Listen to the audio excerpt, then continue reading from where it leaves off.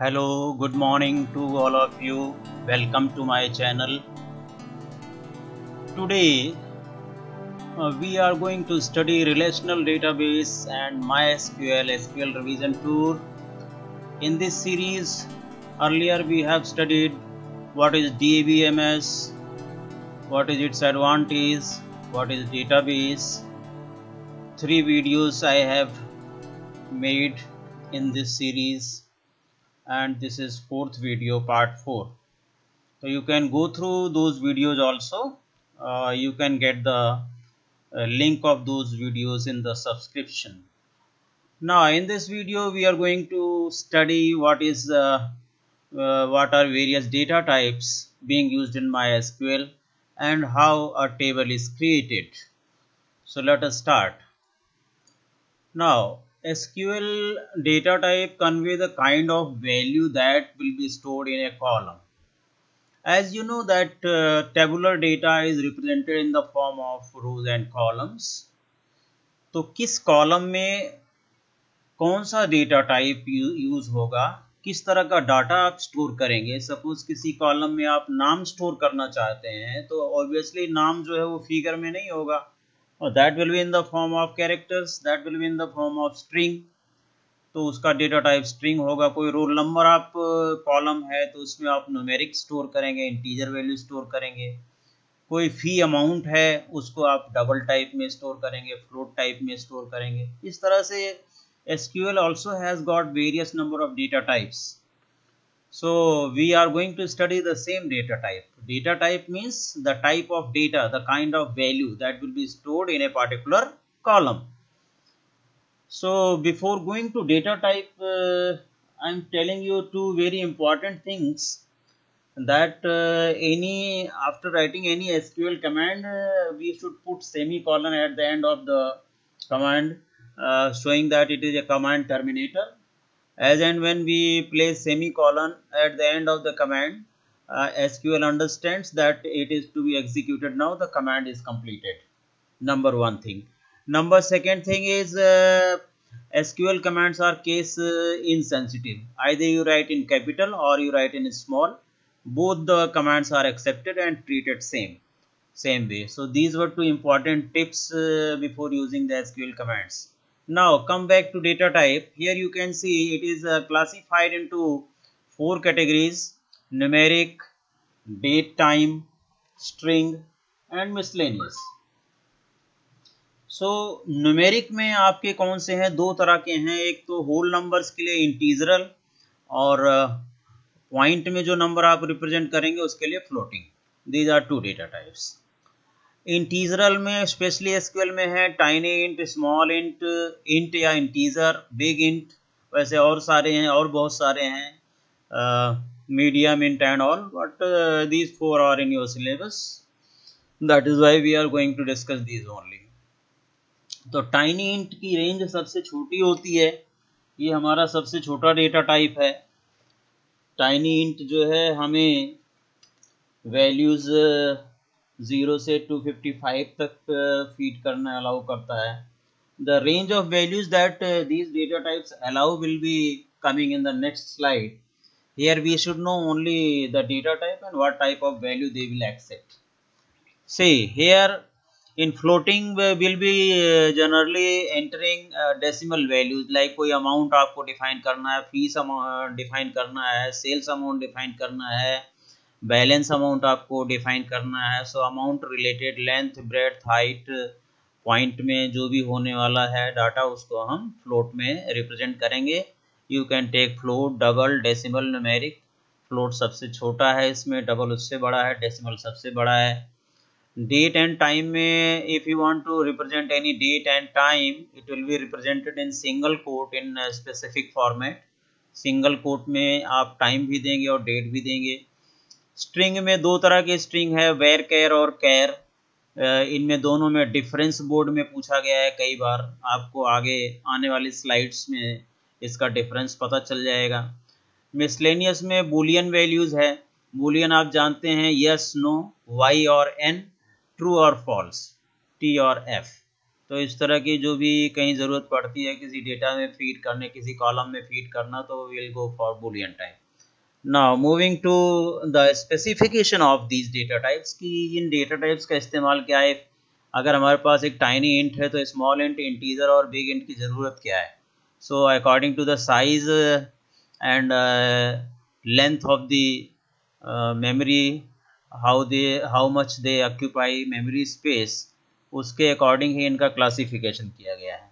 सी numeric में आप इंटीजरल की बात अगर करते हैं तो स्मॉल इंट जो है टाइनी इंट आपको -128 से 127 तक के बीच में वैल्यू फीड करने को अलाउ करेगा, और ये 1 बाइट मेमोरी स्पेस लेगा। तो इसलिए जब भी आपको इस रेंज में वैल्यू एंटर करनी हो तो आप इंटीजर टाइनी इंट का इस्तेमाल कीजिए डेटा टाइप का। स्मॉल इंट की रेंज -32,768 टू 32,767 है। इंट की रेंज ये है, काफ़ी बड़ी है। बिग इंट की सबसे बड़ी रेंज है। So as per the range of these values, इनका जो साइज है, ये आपका 1 बाइट है तो ये हो सकता है 4 बाइट में आता हो, या 8 बाइट में आता हो, ये 16 बाइट में जगह कवर करेगा जिसका कॉलम का डिफाइन कर दोगे तो इस तरह से इसका मेमोरी स्पेस भी इनके साइज के हिसाब से, इनके नाम के हिसाब से इंक्रीज होता जाता है। न्यूमेरिक में फ्लोटिंग में क्या है, फ्लोटिंग में डेसिमल में अगर आपको 23 डिजिट अप टू प्रेसिजन आपको करना है, प्रेसिजन का मतलब डेसिमल के 23 डिजिट तक, तो आप जो है फ्लोट लीजिए। डबल में जो है डेसिमल के 24 से 53 डिजिट तक जो है वो डबल में। डेसिमल में और बड़ा डेटा टाइप है P, D दिया हुआ है। P जो है यहाँ पर 1 to 65 दे सकते हैं। It is representing total number of digits including decimal point,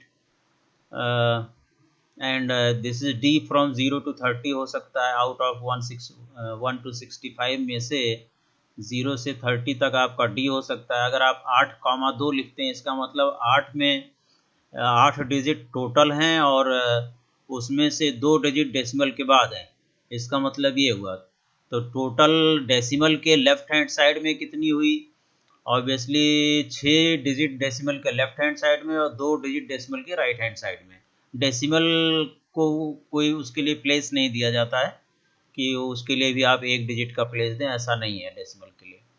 8,2 means 6 digit plus 2 digit after decimal place, 6 + 2 total 8। Numeric में भी इंटीजर और डेसिमल दोनों वैल्यूज दी जा सकती हैं। डेट अगर लिखना है आपको तो इसे सिंगल कोट में YY-MM-DD के फॉर्म में लिखोगे। टाइम लिखना है तो सिंगल कोट में आवर्स 2 डिजिट में, कॉलन 2 डिजिट में मंथ्स मिनट्स, कॉलन 2 डिजिट्स में आपको सेकेंड्स लिखने पड़ेंगे। कैर और वेर कैर में, कैर जो है वो फिक्स लेंथ स्ट्रिंग होती है, var char variable length string होती है। कैर में अगर आपने साइज डिफाइन कर दिया 5, मान लीजिए आपने कैर ब्रैकेट में 5 कर दिया, दैट मीन्स आपको 5 बाइट मेमोरी स्पेस ऑक्यूपाई करेगा ही करेगा। Here 1 character is being occupied by 1 byte memory space in MySQL। तो अगर आपने कैर ब्रैकेट में 5 साइज दे दिया तो इसका मतलब 5 बाइट किसी भी डाटा के लिए वो ऑक्यूपाई करेगा, फिक्स हो गया। चाहे वो डाटा छोटा ही क्यों ना हो, चाहे उसमें आप जो है आगरा डाल रहे हैं AGRA 4 कैरेक्टर का, it should occupy 4 byte but it will take 5 byte only. आप चाहे एम्प्टी ही रख रहे हैं उसको तो भी वो 5 बाइट स्पेस लेगा। जो एक बार आपने कैर 5 लिख दिया इसका मतलब 5 बाइट, कैर 10 लिख दिया इसका मतलब always it will take 10 byte even if the size of the data is smaller than the specified length. Then varchar में क्या होता है, वेरिएबल लेंथ स्ट्रिंग होती है, 0 से 255 कैरेक्टर्स के बीच में आप डाल सकते हैं। यहाँ पर ये I think var char 65,536 characters लेता है।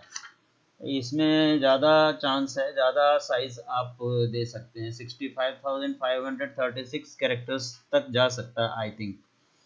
So you can C from net. आप देखें यहाँ पर वेर कैर में अगर आप ब्रैकेट में 15 लिखते हैं तो ये 16 बाइट लेता है।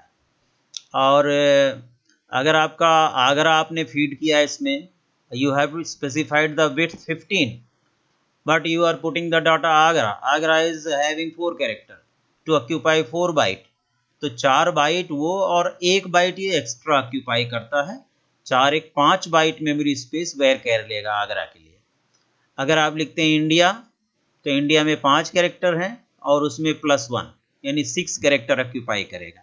But var char is here the length of the where char you have specified 15, so it will not go beyond 15 characters. Beyond 15 character के बाद एरर दे देगा। मिसलेनियस में आपका बूलियन डेटा टाइप होता है। सो कैर और var char is very important from exam board examination point of view. You go through it and make the note for the difference between char and var char with example, तो आप उसे clear कर सकें example के through. तो ये आपका बहुत ही इंपॉर्टेंट है। Still it is very important. Boolean में आप either you can store T और Y for true, F for false and N for false. So इस तरह से these data types are the part of your curriculum, although there are so many other data types also in SQL being used, but generally this will be asked in your board exam. So that is why we are covering this much portion of data type only. Now moving to next, here I am giving the difference between char and varchar.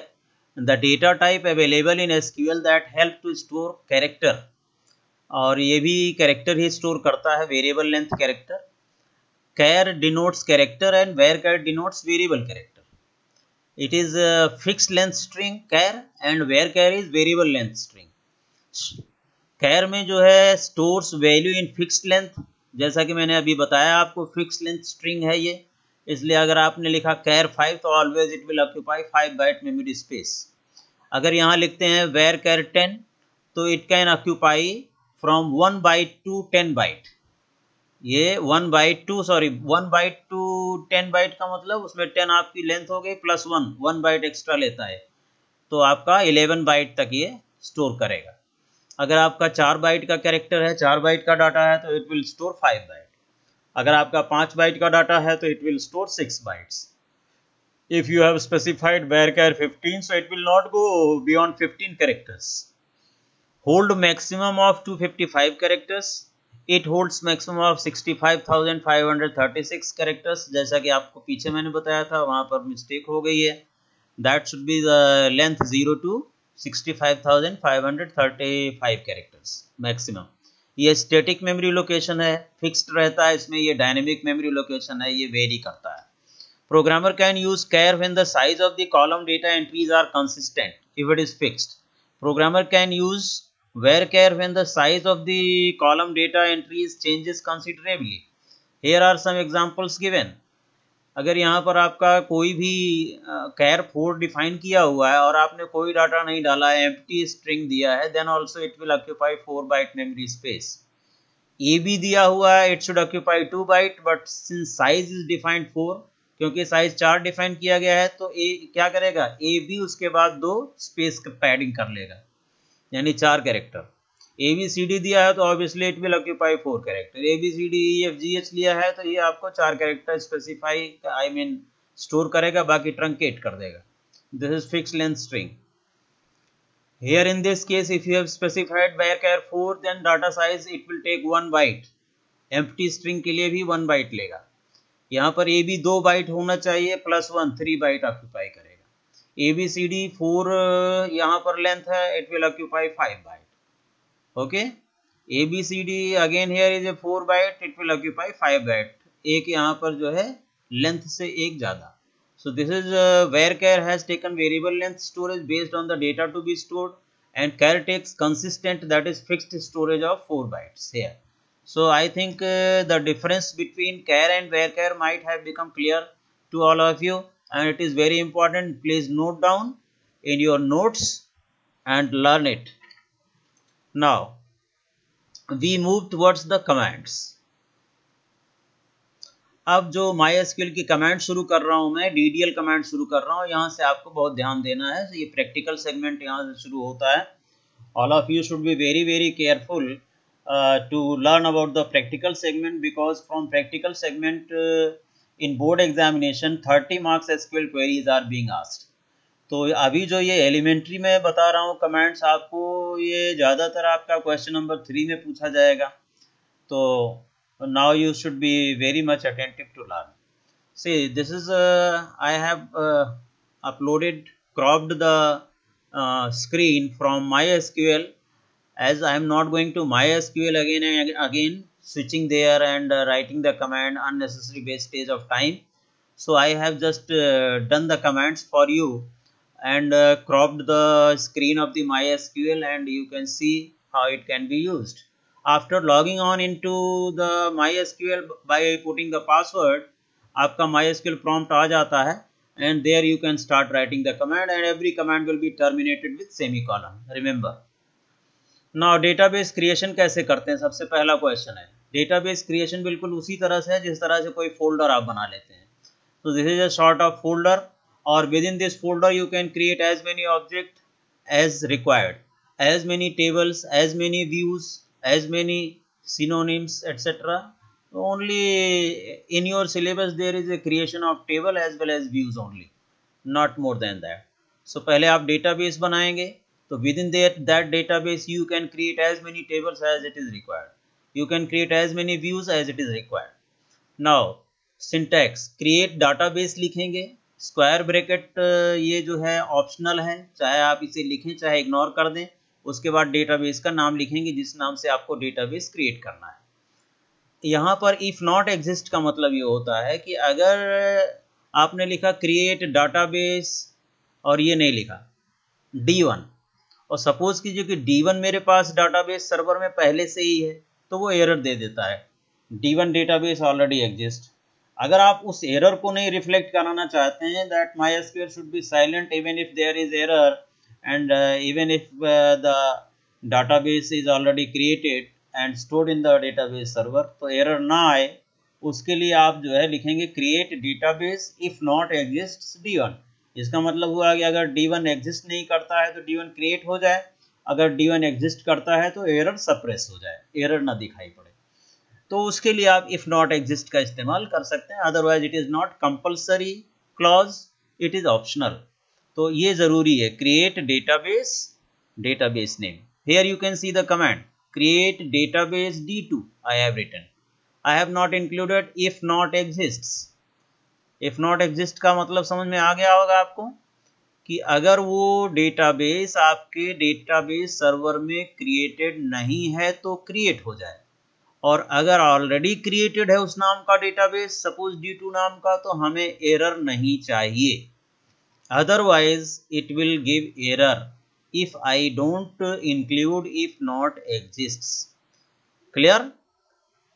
Now after this, if query is okay, then that means your database is created. Now the question is how to see the list of those database and how to verify whether that database is created or not. उसके लिए हमारे पास कौन सी command है, show databases. तो यहाँ से आप लिख सकते हैं show databases, so it will display the list of all databases that is residing on the MySQL server. आपके MySQL सर्वर में जिस जिस नाम के डेटाबेस क्रिएटेड हैं वो सभी आपको दिखाई पड़ेंगे। यहाँ देखिए आपका ये तो D1 D2 ये दो डेटाबेस यूजर ने क्रिएट किया है, बाकी ये डिफॉल्ट डेटाबेसेस हैं, information underscore schema, MySQL test, ये सब जो है पहले से MySQL के साथ इनबिल्ट आते हैं। इसमें कुछ डेटाबेस ऐसा है जो डेटा डिक्शनरी मेंटेन करता है, और दैट इज डिफरेंट मैटर। लेकिन यहाँ पर यूजर ने D1 और D2 बनाया है, अभी करेंटली हमने D2 बनाया है, so that is why D2 is being displayed in the list of databases. तो अगर आप लिस्ट ऑफ डेटाबेसेस देखना चाहते हैं तो कमांड है क्या, show under space databases semicolon, show space databases semicolon, to display the list of databases stored on the server, created on the server. अब सवाल आता है कि हमारा डेटाबेस यहाँ पर क्रिएट हो गया, अब डेटाबेस के अंदर हमें अगर टेबल बनानी है तो हमें उस डेटाबेस को ओपन करना पड़ेगा। डेटाबेस ओपन करने के लिए बहुत ही सिंपल कमांड है, यूज कमांड है, यूज डेटाबेस नेम। तो आप लिखेंगे सिंपली, यहाँ पर मैंने पहले लिख दिया इसको, इसे बाद में लिखना था, यूज स्पेस D2 सेमीकोलन। ये लिखते ही आपको एक मैसेज आएगा database changed, that means now your working database is D2, your current database is D2। अब इसके बाद जो भी टेबल क्रिएट करेंगे, जो भी ऑब्जेक्ट क्रिएट करेंगे, तो that will be the part of database D2। तो जब भी आपको D2 में काम करना हो तो सबसे पहला काम है, आज आपने बना दिया D2, उसके अंदर बहुत सारी टेबल्स क्रिएट कर दी, और अगले दिन आपको जब लॉग ऑन करेंगे और D2 में काम करना है तो आप कहाँ से जाएंगे, क्रिएट डेटाबेस D2 से ना जा करके आप यूज करेंगे D2 को, use D2 to open the database D2 और to make the database D2 active. Current database बन जाएगा आपका, और उसके अंदर आप अपनी टेबल्स में रिकॉर्ड डालना है या नई टेबल क्रिएट करना है, नया व्यू क्रिएट करना है, रिकॉर्ड एक्सेस करना है, कोई और कमांड यूज करनी है, अपडेट करना, डिलीट करना है टेबल्स में। So with in the database any operation on the tables can be done once you use the database। तो नेक्स्ट डे से हमें क्या करना होगा, हमें यूज कमांड से अपने डेटाबेस में अंदर जाना होगा for using further commands. So this is all about database, database creation, create database, database name, database showing the list of database, show databases, opening the database, use database name. Now moving to another slide. Here it is very important now to learn how to create the table within the active database. In this we are going to create the table. Table can be created using create table command. Create table आपका एक DDL command है, data definition language की command है, because it defines the database schema, it defines the database table structure। Table structure की बात जो भी command करेगी वो सभी DDL कमांड्स हैं। यहाँ पर आप टेबल स्ट्रक्चर बना रहे हैं, स्ट्रक्चर का मतलब टेबल में कौन कौन से कॉलम होंगे, कौन सा डेटा टाइप होगा, उसका साइज क्या होगा, उस पर कोई कंस्ट्रेंट लगा है कि नहीं। अब ये कंस्ट्रेंट की बात हम बाद में करेंगे, आने वाले वीडियोस में will be covering with the constraint in deep, so I am not discussing much about the constraint over here. बस खाली एक हमने यहाँ पर कंस्ट्रेंट लगाया है प्राइमरी की। तो प्राइमरी की पूरी टेबल में आपको पता होगा कि एक यूनिक की होती है, एक ऐसा कॉलम होता है जिसमें हर रो में उसकी वैल्यू डिफरेंट रहेगी। जैसे आपने पाइथन में डेटा फ्रेम पढ़ा था, तो डेटा फ्रेम में हर रो का इंडेक्स नंबर एक अलग अलग इंडेक्स नंबर होता था। सीरीज पढ़ा था, उसका हर एक रो का एक अलग इंडेक्स नंबर होता था। उसी तरह से यहाँ पर एक तरह से कह लीजिए प्राइमरी की वो कॉलम है जो इंडेक्स रिप्रेजेंट करता है, रो इंडेक्स रिप्रेजेंट करता है, यूनिक रो इंडेक्स रिप्रेजेंट करता है। So we will discuss in detail about these constraints later. अभी तो हम क्रिएट टेबल पर फोकस करेंगे।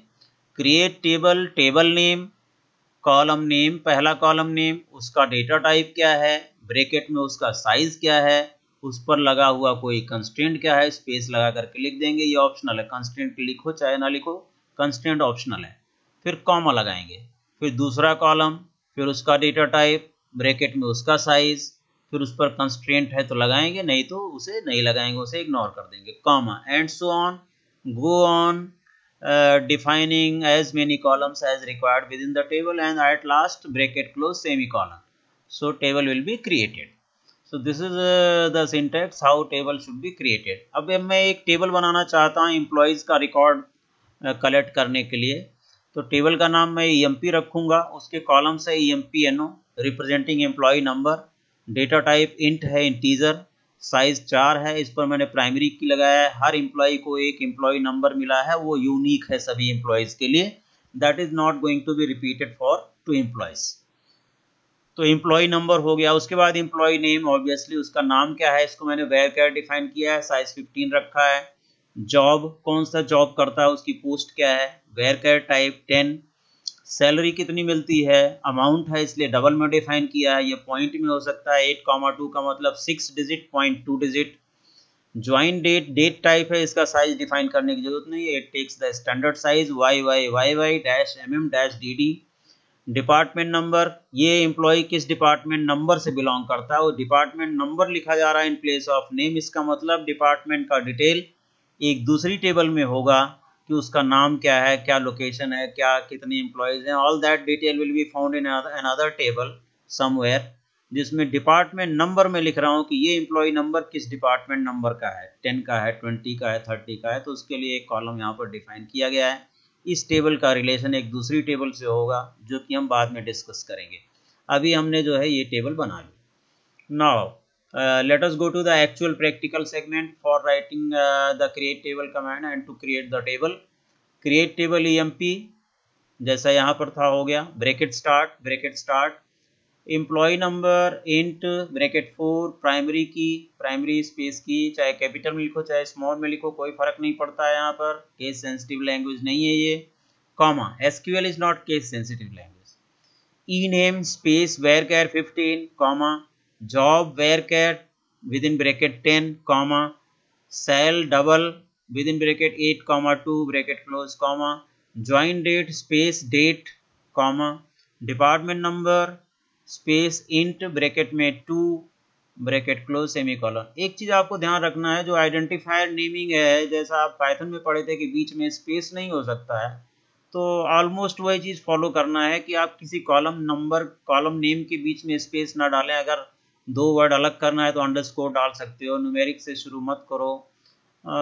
इस तरह से आइडेंटिफायर नेमिंग जो है ऑलमोस्ट वही रखिए यहाँ पर, तो ठीक रहेगा। बीच में स्पेस कॉलम के मत दीजिए, जैसे ज्वाइन डेट मुझे स्पेस नहीं दिया मैंने, यहाँ पर अंडरस्कोर लगा दिया, because that will not be accepted at all.